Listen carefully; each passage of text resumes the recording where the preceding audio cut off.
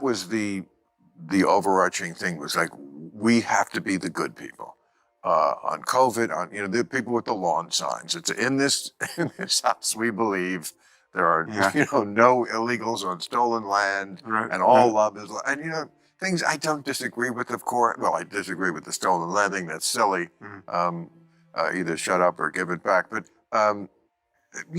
just in general, they have this idea that they are only really fully alive if they are taking the cause of some marginalized group. Homeless, same thing. Like somehow that got completely inverted. We defend your right to live on the sidewalk, where it used to be the compassionate thing was to get you off the sidewalk. Bill Maher sat down for a recent interview with Sam Harris, where the topic of identity politics quickly came up.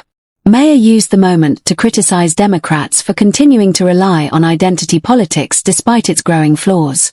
Harris appeared slightly uncomfortable as Maher delivered his sharp critique. All the key moments are lined up, so let's dive right in. It's surprising that suddenly you discover a tension between women's rights, trans rights, gay rights, and it's if everyone wasn't in such a rush to burn it all down, we might actually be able to have a conversation about it. You want my analysis of what the overarching place this comes from? Yeah, sure. Of You don't seem that excited. I can't listen. It's 5:30. I came here for this purpose. You don't seem that excited about it. I'm on pins and needles. Okay. I think it mostly comes from there's a faction of the left that their whole identity is really about being social justice warriors. Sam Harris seemed cautious, as if he knew Maher was about to challenge the worldview he often defends. Maher highlighted something many on the left avoid admitting, that a strong faction within the movement revolves around social justice identity. According to him, politics for this group is no longer about solving real-world problems but about signaling moral superiority, policing language, and constantly seeking new reasons for outrage. Maher argued that identity politics has turned into a form of political performance, dividing people instead of uniting them. Do give a shit who wins the next election. And outdated racial pandering is one reason Democrats lose elections. When Chuck Schumer and Nancy Pelosi put on kente cloth, I don't think it earned them one vote for their powerful emotional ties to Ghana. Here in California, we're now segregating kidnapping. Really. California doesn't just have Amber Alerts for missing children. We have Ebony Alerts for Black children and Feather Alerts for Native American kids. What is that? We look for them by listening.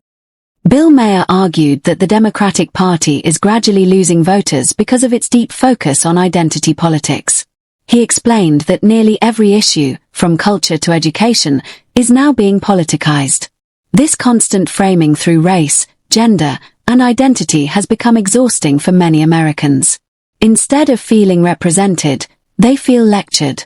As a result, some voters have started shifting toward alternatives, contributing to the political momentum that helped Donald Trump reshape the political landscape. During COVID, David Leonhardt in the New York Times, a really great reporter, and he did this story about the percentage of Republicans versus Democrats what their assessment was how many people with COVID were hospitalized.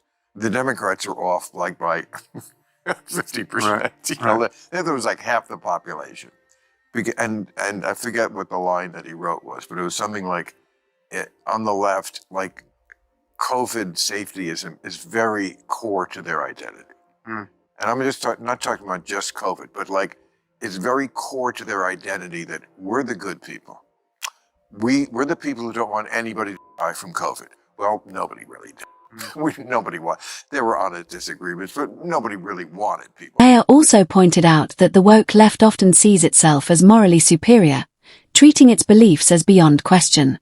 Anyone who disagrees is quickly dismissed. The danger, he argued, is that when moral validation becomes more important than truth, facts start to bend. Data gets exaggerated, context is lost, and complex issues are reduced to slogans. He suggested that during major events like COVID-19, debates often shifted away from open discussion toward enforcing a single accepted viewpoint, where dissent was treated as unacceptable. Even if you like identity politics, this kind of thing is antiquated. From 2010 to 2020, the number of people identifying as multiracial in America went up 276%.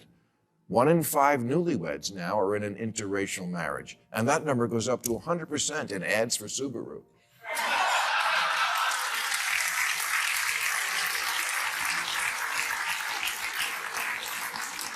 You couldn't do a remake of Guess Who's Coming to Dinner today because almost 100% of Americans approve of interracial marriage. At its core, Maher's message is that identity-driven politics is losing its effectiveness.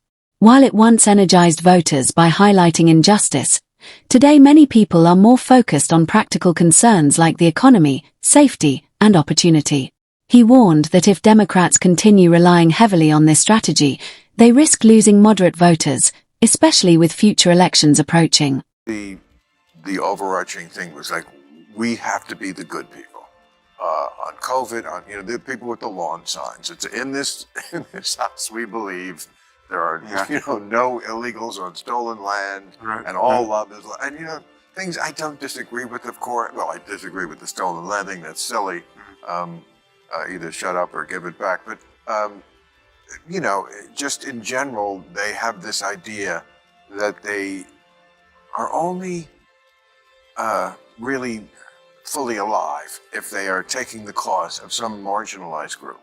So they keep finding, obesity was one for a while. Again, that's completely Orwellian. Like, healthy at any weight, how dare anyone tell you that that is bad for you to be obese?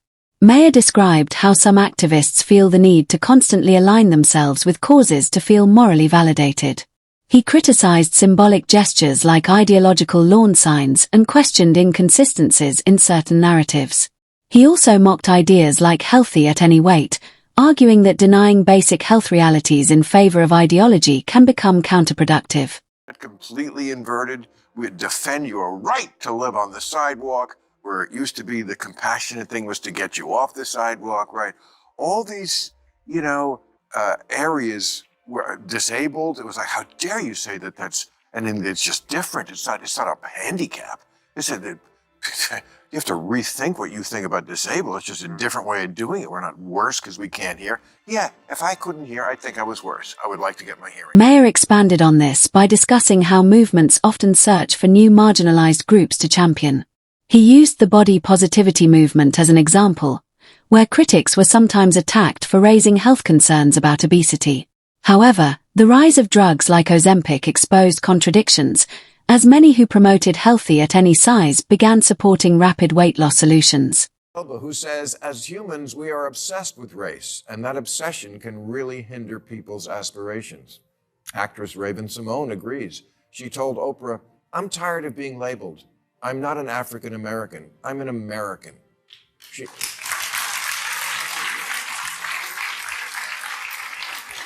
She says, "I don't know what country in Africa I'm from. My roots are in Louisiana." Turning to homelessness, Maher pointed to places like California, where the crisis has become highly visible. He argued that some policies focus more on making homelessness manageable rather than solving it.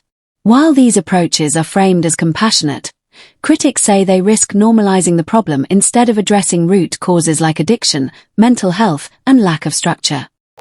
And I think this is what you have with the trans. We found the civil rights issue of our generation, and we can go into battle. To them, progress is a threat. Yeah, you never admit that it's been accomplished, and that's the thing. I think you could see that most clearly on race, right? It's like we made so much progress, and then we got to a point where we had to be told from the far left that no, this is just a sham form of progress. Actually, things have never been worse on some level. Two-term black president meant nothing. That's basically tokenism. And we just have a 5-alarm fire right now in the year. Maher emphasized that many people are tired of being constantly categorized and told they are still trapped in historical oppression. While acknowledging past injustices, he stressed that real progress has been made. Laws have changed, opportunities have expanded, and barriers have been reduced. Ignoring this progress, he argued, risks disconnecting political messaging from people's lived experiences. Obviously, there still is racism, and there always will be, just like there will always be criminals. You know, it's just not something that, unfortunately, you can extirpate from the hearts of people, and you can't legislate that away. I mean, I think there's more racism now than there was. I mean, I think there's certainly a backlash to black and brown identity politics, right? So we have white identity politics now on the right, which is not good. And whether you think about that as just unmasking the racism that was already there or producing new racists, I don't know how you figure that out, but it does seem like a less hopeful moment around race in America than it did. Yes, they went to a place, as we've discussed, many people have discussed, oppressed, oppressor. Everything had to be one or the other. So the whole Middle East thing got subsumed to that. He also argued that for some activists, progress is never enough. Even after milestones like the election of Barack Obama, the narrative often remains unchanged. Debates have shifted toward new issues, including gender representation in leadership. Maher suggested the real question isn't whether society is ready, but whether the right candidate emerges. He also noted that extreme rhetoric on both sides has contributed to division, sometimes fueling backlash rather than unity. Finally, Maher addressed the growing debate over opportunity and merit. Some advocate for prioritizing representation to correct historical imbalances, while others insist that merit should remain the main standard. This ongoing tension continues to deepen political divides. And with that, we wrap up today's discussion. Don't forget to like and subscribe for more. Bill.